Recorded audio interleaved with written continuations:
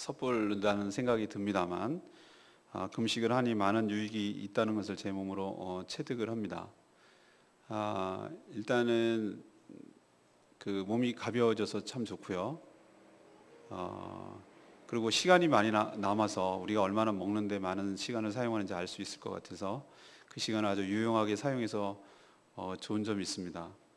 또 영적으로 집중이 된다 그럴까요? 영이 맑아지는 느낌을 받습니다. 그래서 기도가 깊어지고 또 은혜롭고 그런 시간이 있다는 것을 이제 몸으로 확연하게 느낄 수가 있습니다.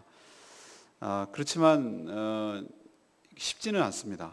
기분이 많이 없고 또 그 맛있는 그 음식 냄새에 이렇게 싹 스쳐 지나가면은 금식을 하니까 그 냄새가 더 뚜렷하게 이렇게 탁 각인이 되는 거예요. 전에는 그냥 덤덤하게 지나갔던 냄새들이 더 확실하게 들어와요. 커피 향이 그렇게 맛있었던 건가? 뭐 이런 샥 들어오고 그 나물 무침의 그 기름 냄새가 막 이렇게 해요. 그래서 확 먹어버려. 이렇게 그렇게 막 흔들릴 때가 많이 있습니다. 그럴 때는 얼른 차를 마셔서 허기진 배를 달래고 또 자신을 이렇게 다스리고 이렇게 넘어가곤 하는데 이렇게 맛있는 음식에 대한 그 허기 때문에 오는 유혹이 굉장히 강렬합니다. 또 어떤 것이 가장 고통스러운가 하면은 음식을 못하니까 음식 때문에 같이 모여서 어울리는 그 모임을 못 가고 이렇게 같이 어울리 식탁 교제를 못한다는 것에 소외감이 굉장히 큽니다. 의외로. 그래서 진짜 제가 금식을 선포하고 나가니까 먹을 건수와 먹을 몸이 왜 이렇게 많은 거예요. 희한할 정도로 뭐 모인다는 거예요. 뭐 목사님들 뭐 모이고 다 캔슬하고 못 가고 미안합니다. 뭐 말 내색하기도 그렇고 그래서 못 가게 되고 그러면서 이런 식으로 가면 사회관계가 끊어지겠구나 이런 생각도 들고 성도들과 같이 어울리지 못해서 그것도 많이 서운하고 좀 뭐라 그럴까 좀 소외감 느끼고 뭐 이런 것들이 어려움이라면 어려움이겠습니다. 저도 이 정도인데 예수님은 어떻겠어요? 아무것도 드시지 않고 광야에서 세례를 받으신 후에 40일 동안 굶주렸다. 저는 18일 동안 해도 이렇게 힘든데 40일? 와, 갈 길이 멀고 끔찍한 얘기죠. 근데 다행히도 오늘 말씀을 보면은 예수님께서 성령에 이끌려서 이 모든 시험을 받게 된 걸로 볼 수 있고 성령이 시험하시는 거나 하나님이 시험하시는 것이 아니라 시험의 주체는 마귀가 한다는 거 여러분 기억하시길 바랍니다. 하나님이 시험하지 않으세요. 자꾸 이 모든 상황을 하나님 핑계하는 것은 옳지 않습니다. 하나님은 시험하지도 시험 받을 분도 아닌 줄로 믿습니다. 결론적으로 미리 말씀드리면 성령이 이끌리셨기 때문에 이 사단의 시험에서 마귀의 시험에서 예수님이 승리할 수 있을 줄로 믿습니다. 우리는 이렇게 생각합니다. 예수님이니까. 그렇지 않습니다. 예수님이자 곧 우리가 예수 믿는 사람들도 동일한 시험을 이 땅에 살면서 받을 때가 많은 것이죠. 예수님이 시험을 받았던 이 광야가 우리가 생각하는 것처럼 비유로 이 땅을 상징할 때가 상당히 많습니다. 그래서 이 땅을 광야 같은 삶이라고 말합니다. 출애굽을 해서 구원을 받았지만 아직 가나안 땅에 들어가지 않은 이 어정쩡한 상태, 이 세상으로부터 우리가 구원을 받아서 하나님의 자녀가 되었지만 그렇다고 천국에 입성하지는 않은 상태, 오히려 세상이라면 더 살기 편했을 거고 가나안에 들어갔다면 더 오히려 살기가 편했을 것인데 이도 저도 아닌 중간, 더 척박하고 더 열악하고 더 안 좋은 환경에 처해 있는 것이 우리의 현실이에요. 이것을 광야라고 말합니다. 예수님이 처했던 광야와 우리가 살아가는 이 세상을 광야라고 친다면 이 광야라는 조건이 아무것도 없고 누군가 공급되지 않으면 누군가가 도와주지 않으면 살아갈 수 없는 이 척박한 환경이 바로 우리가 처한 이 광야라는 상황이라는 것이.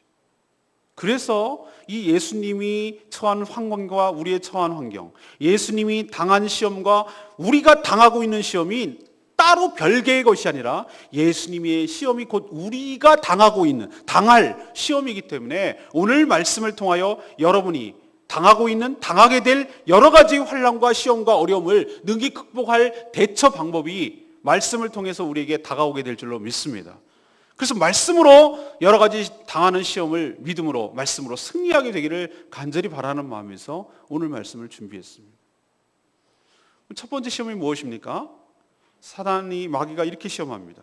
사단 마귀 제가 자꾸 이렇게 겸해했었으니까 헷갈리는 분이 있는데 사단 이퀄 마귀입니다. 그건 단수입니다. 하나입니다. 악의 영의 정점에 서 있습니다. 하나님을 대적할 때는 사단이라는 이름을 씁니다. 그러나 사람들 유혹하고 시험할 때는 마귀라는 이름을 씁니다. 같은 말입니다. 1인칭입니다. 그러나 귀신들은 그의 하부 조직, 타락한 영들이기 때문에 복수를 쓰고 인격체이기 때문에 캐릭터가 다 있습니다. 헷갈리지 마시고 제가 사단 또는 마귀를 쓸 때 같은 인물이라는 거. 지금은 마귀라고 써야 되겠죠. 예수님을 유혹하고 시험하는 것이니까. 첫 번째 예수님께 했던 말이 무엇입니까? 만일 하나님의 아들이라면 이 돌들에게 명령해서 떡이 되게 하라. 이렇게 요구했어요. 이게 단순한 시험 같지만 이 안에는 굉장히 많은 유혹과 시험이 들어 있습니다. 이 안에는 가장 먼저 우리를 흔들어 놓는, 예수님을 흔들어 놓는 첫 번째 시험이 뭐냐? 정체성을, 신분을 의심하게 하는 거예요. 네가 하나님의 아들이라는 거 증명해봐. 너 하나님의 아들 맞아? 하나님의 아들이 어떻게 이런 개고생을 하나? 이런 하나님의 아들인데 이렇게 놔두겠냐? 이렇게 굶주리도록 광야에 그냥 내버려 두고 모른 척하게 하시겠냐? 하나님의 아들 아니네. 하나님의 아들이라면 이렇게 살 수가 없지. 이렇게 고생을 하고 있는데 무슨 하나님의 아들이야? 라고 흔들어 놓는 거예요.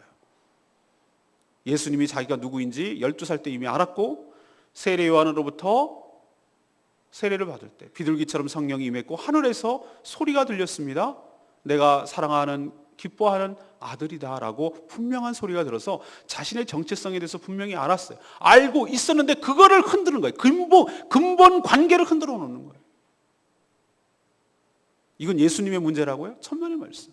제가 서두에 말씀드렸습니다. 이 모든 시험은 우리에 관한 시험입니다. 우리도 사단이, 마귀가 우리에게 찾아와서 이걸 건드립니다. 너 하나님의 아들 맞아? 너 하나님의 자녀 맞아? 너 하나님의 구원을 받은 자 맞냐고. 그런데 이 꼴로 살아? 이렇게 굶주리고 이렇게 헐벗고 있는데 하나님 모른 척해? 아니네. 하나님 아들이라면 이럴 수가 없지. 이렇게 사는 게 아니지. 이런 고생하며 살도록 내버려 두시지 않지. 너 다시 한번 생각해봐. 네가 하나님의 자녀인지. 이런 식으로 내 신분과 내 정체성에 대해서 흔들어 놓고 그 틈을 삐집고 들어갑니다.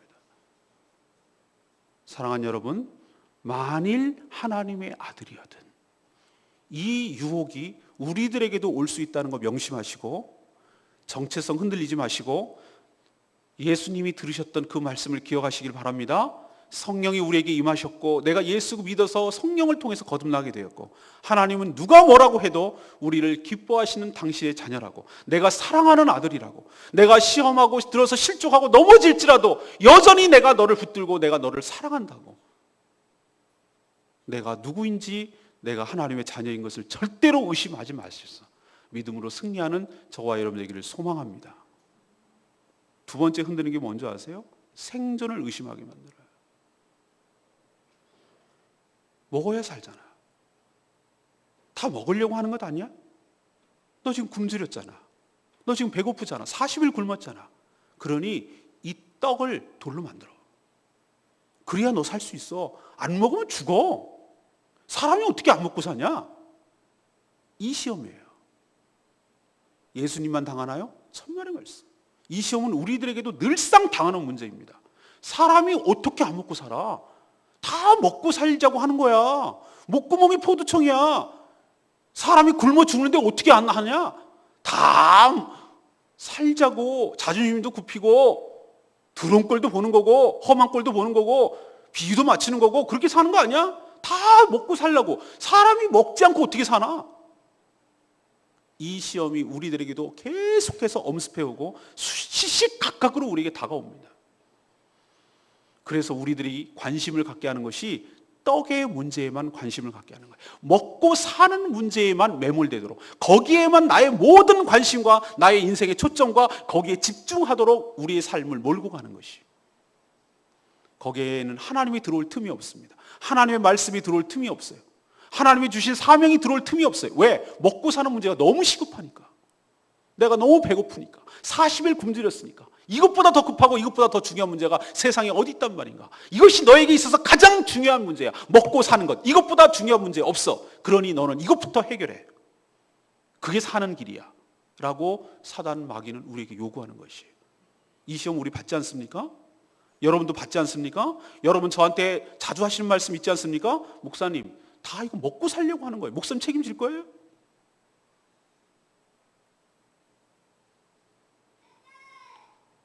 이거 안 되면, 이거 망하면 책임지실 거냐고요? 살려야 될 거 아닙니까? 내가 뭐 딴 거 하겠다는 겁니까? 내가 무슨 큰 죄 짓겠다는 겁니까? 내가 먹고 살겠다는데 왜 그걸 자꾸 뭐라고 그러시고 시비를 겁니까? 이미 반쯤은 시험에 넘어간 거예요. 사랑하는 여러분, 우리가 뒤에도 말씀드리겠지만 떡의 문제에 매몰되지 않기를 간절히 바랍니다. 사람이 떡만 먹고 사는 것이 아님을 여러분 기억하시길 바랍니다. 떡의 문제에서 한꺼풀 넘어서서 떡 문제만 보지 마시고 떡 이외의 문제를 주님의 시각으로 볼 수 있는 눈이 열리게 되기를 간절히 축원합니다. 마귀는 뭐라고 또 요구하느냐 하면은 하나님이 주신 능력, 하나님의 주신 은혜를 먹고 사는 데 사용하라고 요구합니다. 네가 하나님의 능력이라면, 네가 정말로 하나님의 능력을 받았다면 그 능력을 가지고 떡을 만드는 데 사용해. 될 거야. 충분히 할 수 있어.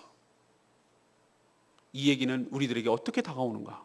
하나님께서 너에게 주신 은혜, 하나님께서 너에게 주신 교회, 하나님께서 너에게 주신 축복, 하나님께서 너에게 주신 관계, 하나님께서 너에게 붙여주신 성도들, 하나님께서 너에게 주신 교회들, 그리고 예수 믿는다고 하는 신앙들 다 팔아. 그걸 이용해. 얼마든지 이용해. 그래서 너 먹고 사는 문제 해결해. 인맥 활용하고 너의 비즈니스를 활용해. 출마할 때 큰 교회 가. 그리고 거기서 인사해. 유권자들에게 인사하면 너에게 표를 줄 거야. 큰 교회가 개업할 때 그 사람들 다 와서 너 도와줄 거야. 큰 교회가 너 할 때, 사업할 때 이런저런 인맥으로 너에게 뭔가 도움이 될 거야. 활용해. 얼마든지 너의 먹고 사는 문제를 활용해. 주님 능력, 주님 주신 능력, 주님 주신 축복, 그거 다 너 먹고 사는데 이용하라고 준 거야. 이게 왜 우리에게 시험이 아니겠습니까? 우리들 지금까지 가만 생각하면 이런 시험이 수없이 찾아왔고 우리는 수없이 넘어진 것이 우리들의 모습이에요. 이게 예수님의 시험에 국한된다고요? 천만의 말씀. 이건 우리를 향한 시험이에요. 예수님께서 뭐라고 대처하셨습니까? 사람이 떡으로만 살 것이 아니고 하나님의 말씀으로 살 줄로 믿습니다. 이건 우리들이 하나님 앞에서 사단에게, 마귀에게 해야 될 하나님의 대처 방법이에요. 예수님 분명히 말씀하셨습니다. 사람이 떡으로만이라고 말하는 것은 떡 문제도 하나님께서 아십니다. 사람이 떡을 먹어야죠. 양식을 먹어야 됩니다. 그러나 이 떡으로만 사는 것이 아니라는 거예요. 사람은 하나님의 말씀을 먹어야 살 줄로 믿습니다. 이게 진짜 양식이라는 거예요. 이게 진짜 사는 거라는 거예요. 이게 진짜 우리에게 생명을 가져다 준다는 것이에요. 광야에서 이스라엘 백성들이 만나를 먹었습니다. 만나는 떡을 상징합니다. 그들이 하나님께서 무엇을 먹였다고 그랬을 때 만나도 주지 않고 그냥 너 먹었다고 쳐, 너 배부르지? 이렇게 자기를 속이거나 기만하지 않았어요. 떡의 문제를 해결해 주셨어요. 떡을 요구하니까. 그래서 만나를, 가시 같은 그 만나를 빻아서 가루로 만들고 떡을 만들어서 실제로 먹었어요. 배 불렀어요. 근데 그들은 그것을 얻을 때 수고로움이 없었어요. 하늘로부터 내려왔어요. 하늘의 양식이었어요. 왜 하나님께서 이 만나를 주셨는가? 너의 삶의 문제, 이 만나는 누가 주시는가? 하늘에 하나님께서 주시는 줄로 믿습니다. 하나님께서 왜 주시는가? 그렇게 먹여 살리겠다고 언약했기 때문에. 그렇다면 하나님의 관계, 하나님의 축복이 만나로 바뀌게 되는 줄로 믿습니다. 우리는 보이는 떡과 하나님의 사랑과 은혜가 안 보이는 것은 전혀 별개의 문제라고 여태까지 생각하고 살았어요. 떡은 떡이고 말씀은 말씀이라고 살았기 때문에 우리에게 은혜가 없었던 것이. 천만의 말씀. 하나님께서 주시는 은혜, 하나님께서 주시는 생명, 하나님께 주시는 은혜와 축복이 무엇으로 바뀌어서 우리에게 나타나는가? 만나로 바뀌어서 나타나게 될 줄로 믿습니다. 그렇기 때문에 사람이 떡으로만 사는 것이 아니라 하나님의 말씀으로 산다는 말이 그 말이에요. 하나님의 은혜로 산다는 말이 그 말이에요. 하나님께서 우리를 공급을 차단하면 우리는 떡만 먹고 살 것만 같지요? 그러나 이 세상에 수많은 사람들을 많이 봅니다. 떡의 문제가 해결되는데 속은 굶주려 있는 사람들이 얼마나 많은지 아십니까? 수많은 부유한 사람들, 돈을 얻을 만큼 얻었으면 이제는 배고픔이 없어야 될 거 아니에요. 그런데 그 사람들도 궁극적으로 공허함과 배고픔이 있는 건 뭐냐고요 도대체. 솔로몬이 모든 것들을 다 있었어요. 그 사람이 양식이 없었습니까? 떡의 문제를 완벽하게 해결했어요. 그런데도 그는 공고했어요. 다 모든 것이 헛되고, 헛되다고 한 말에 무슨 뜻인지 여러분 이해하셔야 됩니다. 사람은 떡의 문제로 해결될 문제가 아니에요. 이 배고픔은 떡만으로, 돈 많다고 해결될 문제가 아니에요. 하나님의 사랑을 먹어야 되고, 하나님의 말씀을 먹어야 되고, 하나님의 생명을 먹을 때 우리의 영이 살아나게 될 줄로 믿습니다. 이 원칙을 깨달으라는 거예요. 예수님은 그것을 지금 얘기하고 있는 것이, 사람이 떡으로만 살 것이 아니라 하나님의 말씀으로 사는 것이다. 하나님께서 우리의 필요를 아실 줄로 믿습니다. 우리보다 앞서 행하시고, 우리가 이 땅에 살아가는데 필요한 것을 아세요. 광야에서 살아가는 이스라엘 백성들에게 만나가 필요한 걸 아시듯이, 이 땅 광야에서 살아가는 우리들에게 하나님께서 무엇이 필요한지 우리보다 하나님이 우리의 삶을 책임지시고 아실 줄로 믿습니다. 부모 슬하에 사는 자녀들이 걱정하는 거 봤습니까? 그거는 부모의 영역이에요. 우리 애가 공과금이 필요한지, 공납금이 필요한지, 학교 무슨 급식비가 필요한지, 애가 등록금이 필요한지, 그것은 걔가 걱정할 문제가 아니에요. 그건 부모가 걱정할 문제예요. 때가 되면 무엇을 공급해야 될지, 얘가 이때쯤 되면 용돈이 필요할지, 이걸 뭘 먹여야 될지, 얘가 크는데 뭐가 필요한지, 이것은 누가 걱정하는가? 부모가 알아요. 하나님 우리 아버지가 되시는 줄로 믿습니다. 하나님 우리의 삶을 미리 아신 줄로 믿습니다. 언제 어느 때 무엇이 필요한지 우리보다 하나님이 먼저 아실 줄로 믿습니다. 하나님이 때를 따라서 우리를 공급하여 주실 줄로 믿습니다. 그러니 떡 끓이지 말고 떡의 문제에 우리 삶을 매몰하지 마시고, 거기에 코박고 살지 마시고 눈을 들어서 하늘을 바라보시기를 바랍니다. 하늘로부터 무엇이 내려오는지, 하나님으로부터 내려오는 만나를 기대하시고, 하늘로부터 내려오는 생명을 기대하시고, 그것을 먹고 마심으로 우리의 진정한 영혼이 살고, 영혼이 삶으로 우리의 육신이 살아나는 복된 인생 살아가기를 간절히 축원합니다. 두 번째 사단이, 마귀가 시험하는 것은 이거였어요. 나에게 절 한 번만 하면 천하만국의 모든 권위와 영광을 너에게 넘겨주리라. 두 번 하지 말고 한 번만. 절하는 거 어려워? 눈 찔끔 감고 한 번만. 이 천하만국 다 네 거야. 내가 보여주는 거 봤지? 순식간에 보여주는 거 봤지? 내가 이것을 다 소유하고 있어. 너에게 줄 능력도 있어. 우리도 얼핏 보면 세상이 돌아가는 것이 권력과 힘과 있는 사람들이 다 주인처럼 느껴집니다. 그래서 거기에 굽신거려야 될 것만 같고, 거기에 이렇게 아부도 해야 될 것 같고, 거기 사람들의 비유도 마치고 그 사람들 눈에 들어와야 내가 성공할 것만 같아요. 그들 것처럼 보여요. 사단은 원래부터 거짓말입니다. 거짓말장이에요. 이것은 예수님에게 어떤 것을 흔들어 놓는 거냐면은 이 세상이 누구 건지를 흔들어 놓는 거예요. 사단은, 마귀는 자기 거라고 하는데, 자기가 줄 수 있을 것처럼 얘기를 하는데, 천만의 말씀, 그렇게 보일 뿐이고, 진정한 이 땅의 주인, 이 모든 천하 만물의 주인은 하나님이신 줄로 믿습니다. 속지 마세요. 대부분의 사기꾼들이 주인은, 원주인은 따로 있는데 자기가 주인 행세해서 그것을 팔아치고 빠집니다. 자기가 마치 다 줄 것처럼 그래요. 싸게 주는 것처럼 얘기해요. 그건 사기꾼이에요. 거짓말쟁이에요. 사단, 마귀, 거짓말의 아비입니다. 거짓말의 근원이에요. 천재예요. 자기가 다 보여줘서, 자기가 죄와 사망으로 이끌려서 사람들이 자기 뜻에 막 움직이니까 자기 세상처럼 보여요. 그러나 그건 일시적으로 그렇게 보일 뿐, 이 모든 만물을 창조하시고, 이 모든 만물을 다스리시고, 이 모든 만물을 심판할 수 있는 권리는 오직 하나님밖에 없는 줄로 믿습니다. 하나님 것이에요. 속지 마세요. 사단이 우리에게 그것을 가져다 주는 것 아니에요. 그러니 속지 말라고요. 세상이 우리에게 궁극적인 축복과 세상이 우리에게 궁극적인 행복을 가져다 주는 게 아니라고요. 하나님이 주시는 줄로 믿습니다. 왜? 하나님 거니까. 그리고 우리에게 인생에 있어서 목적을 흔들어 놓습니다. 왜 사는지에 대한 목적을 시험하는 것이. 야망 있잖아. 너는 천하만국을 얻으려고 있잖아. 사람이 그런 야망이 없는 게 어디 있어? 너 이 모든 만물을 얻으려고 이 땅에 온 것 아니야? 좋은 기회를 잡아. 내가 너에게 좋은 찬스를 줄게. 한 번만 주님 버려. 하면은 내가 너에게 줄 거야. 사랑하는 여러분, 예수님께서 이 땅에 천하만국을 다 얻으려고 이 땅에 오셨습니까? 그 목적을 흐리게 만드는 것이. 내가 왜 이 땅에 왔는지, 내가 왜 뭐 때문에 살아가는지 인생의 목적을 흐려놓음으로 인해서 인생을 엉망으로 만들게 만드는 것. 이것이 바로 사단의 유혹이에요. 사랑하는 여러분, 예수님께서 이 땅에 오신 것은 천하만국을 얻기 위해서 오신 것이 아니라, 천하만국이 아니라 천하만국에서 살아가는 이 모든 피조물들을 예수 그리스도의 십자가로 보혈을 흘려서 구원하기 위해서 이 땅에 오신 줄로 믿습니다. 그거를 속이는 거예요. 그거를 헷갈리게 만드는 거예요. 그거를 의심하게 만드는 것이. 사단이, 마귀가 우리에게 무엇을 흔들어 오는지 아십니까? 야, 너 비전을 가져. 사망의 꿈이 있어야지 말이야.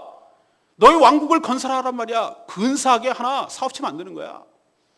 너 꿈이 뭐야? 기업 하나 만드는 거지. 너 꿈이 뭐야? 커다란 식당을 만들어서 2층, 3층 만들어가지고, 그래갖고 1층은 뭐하고, 2층은 뭐하고, 2층은 뭐하고, 제일 꼭대기는 이제 집을 만드는 거야. 그래서 종업원 두고 기업 만드는 거지. 그래서 좋은 일 하려고. 당신 꿈이 뭐야? 기업체를 만들어서 많은 선한 일을 돕고 그러는 거지. 좋은 방법이 있다니까. 이 방법이라니까. 이렇게 하면 된다니까. 여러분, 착각하지 마십시오. 여러분, 이 땅에서 자기의 왕국을 건설하기 위해서 하나님께서 이 땅에 보내신 것이 아닌 줄로 믿습니다. 여러분들을 통해서 하나님의 구원 사역을, 이 땅의 것과 비교도 되지 않는 것들이 이미 하나님 나라에서 예비되어 있는 줄로 믿습니다. 그런데도 그거 허접한 거, 그것과 비교도 안 되는 그런 허접 쓰레기 같은 것을 이 땅의 꿈이라고, 이 땅의 야망이라고, 너의 꿈이라고 바꾸치기 해가지고 그 꿈을 향해서 매몰되도록 만드는 것, 그것이 너의 인생이라고 속이는 것, 그것이 인생의 목적이라고 속이는 것이 사단의 전략이에요.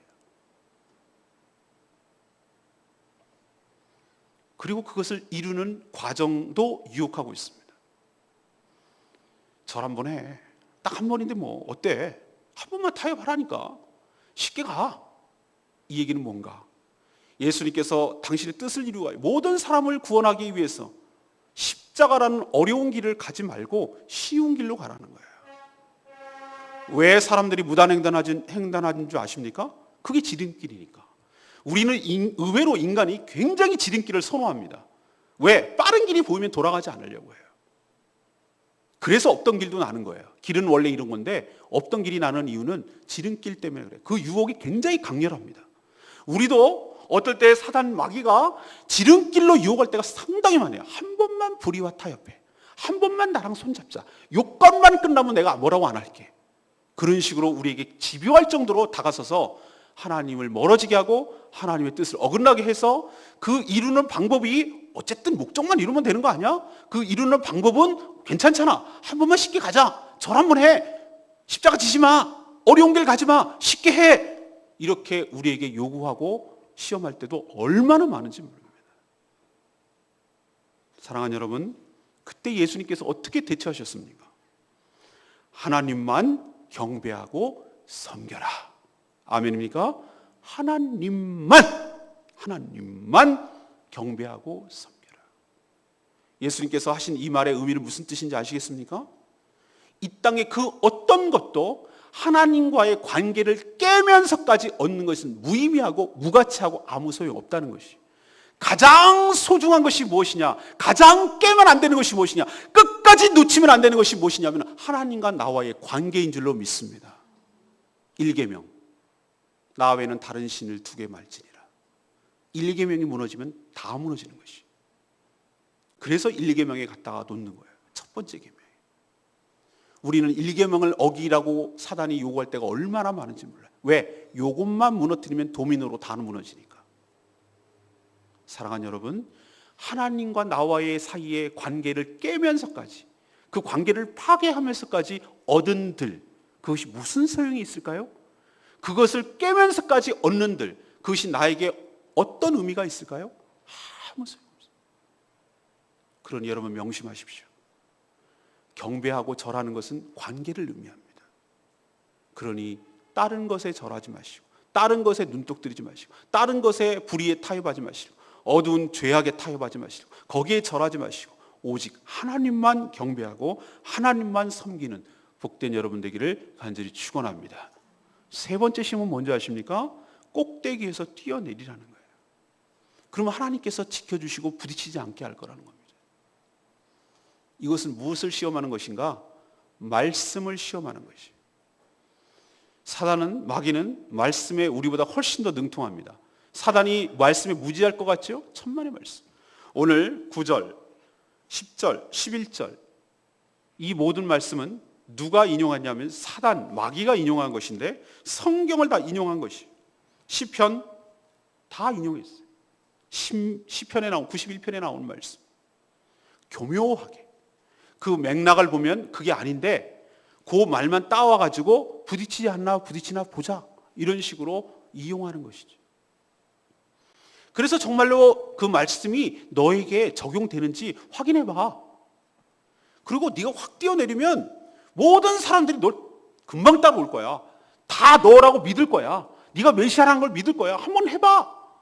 이런 식으로 해서 하나님께서 그렇게 해서 믿어지는 것이 아니고 말씀을 통해서 믿어지는 방법이 아닌 그런 과실을 통해서 믿어지는 방법으로 행하라고 말씀을 왜곡하게 하고 말씀을 의심하게 다가오게 합니다. 사랑하는 여러분, 사단 마귀는 우리들에게도 그렇게 요구할 때가 많습니다. 우리들이요 말씀을 읽긴 읽지만 정말로 이게 사실인가? 이게 정말로 정말 될 건가? 이게 그냥 말씀이지 뭐. 아이고 이게 어떻게 돼? 말도 안 되지.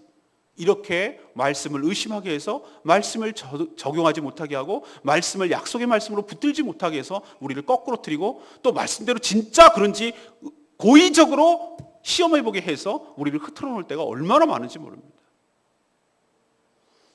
이 실험은 어떤 실험이냐? 가장 결정적으로 하나님의 사랑을 시험하는 것이에요.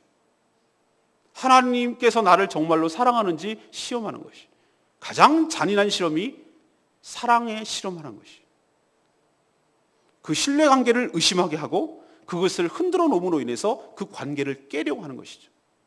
우리도 마찬가지입니다.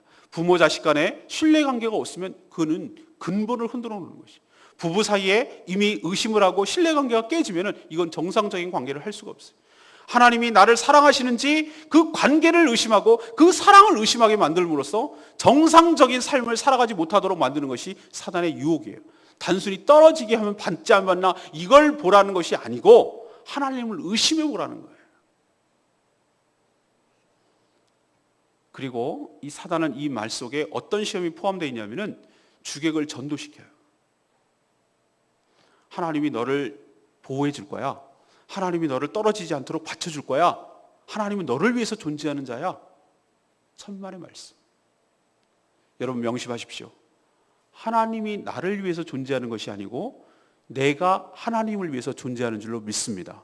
우리는 아주 기고만장하고 유아기적이고 자아중심적이고 교만해서 세상의 모든 만물들이 자기를 위해서 존재한다고 생각해요. 우리 유아 심리학이나 발달 심리학을 공부해 보면 충분히 알 수 있어요. 어렸을 때는 세상의 중심, 우주의 중심은 자기예요. 할머니, 어머니, 아버지, 오빠 다 자기를 위해서 존재하는 사람이라. 자기를 거들고 자기를 받들고 자기를 위해서 존재하는 사람이라. 근데 서서히 철이 들고 깨달으면서 그게 아니라 내가 그 사람들을 위해서 존재한다는 것을 깨닫는 것이 철드는 과정이거든요. 예수님께서 지금 시험받고 있는 것은 바로 그 시험이에요. 하나님이 너를 위해서 존재하는 거야. 하나님이 너를 받드는 거야. 하나님이 너를 섬겨주는 거야. 하나님이 너를 보호하는 거야. 그러기 위해서 하나님은 존재하는 거야. 시험해봐. 천만의 말씀. 여러분 주객이 전도되지 않기를 바랍니다. 누가 주인이 있지 않기를 원합니다. 하나님이 주인이신 줄로 믿습니다. 우리가 하나님을 위해서 존재하는 겁니다. 하나님이 우리를 위해서 존재하는 것 아닙니다. 헷갈리지 마시고 여기 넘어가지 마십시오. 이 시험에 넘어가지 말란 뜻이에요. 그때 예수님께서는 어떻게 대처하셨습니까? 주 너희 하나님을 뭐 하지 말라? 시험하지 말라. 하나님은 시험의 대상이 아니고 신뢰의 대상이고 우리의 경배의 대상인 줄로 믿습니다. 하나님은 어떤 경우라도 우리가 하나님을 의심해서는 안 됩니다. 하나님께서 우리를 끝까지 사랑하신다는 사실을 잊어버리지 말고 끝까지 하나님을 신뢰할 때 그 관계가 온전하게 유지될 줄로 믿습니다. 사단이 이 세 가지 시험을 끝내고 뭐라고 했습니까? See you again.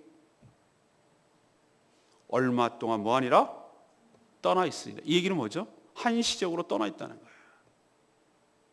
내가 지금은 물러나지만 또 연약한 틈을 타면 내가 다시 오겠다는 거죠. 인생은 그런 의미에서 예수님도 그 정도 있다면 우리 역시 광야에 사는 동안에 시험의 연속이 인생이에요.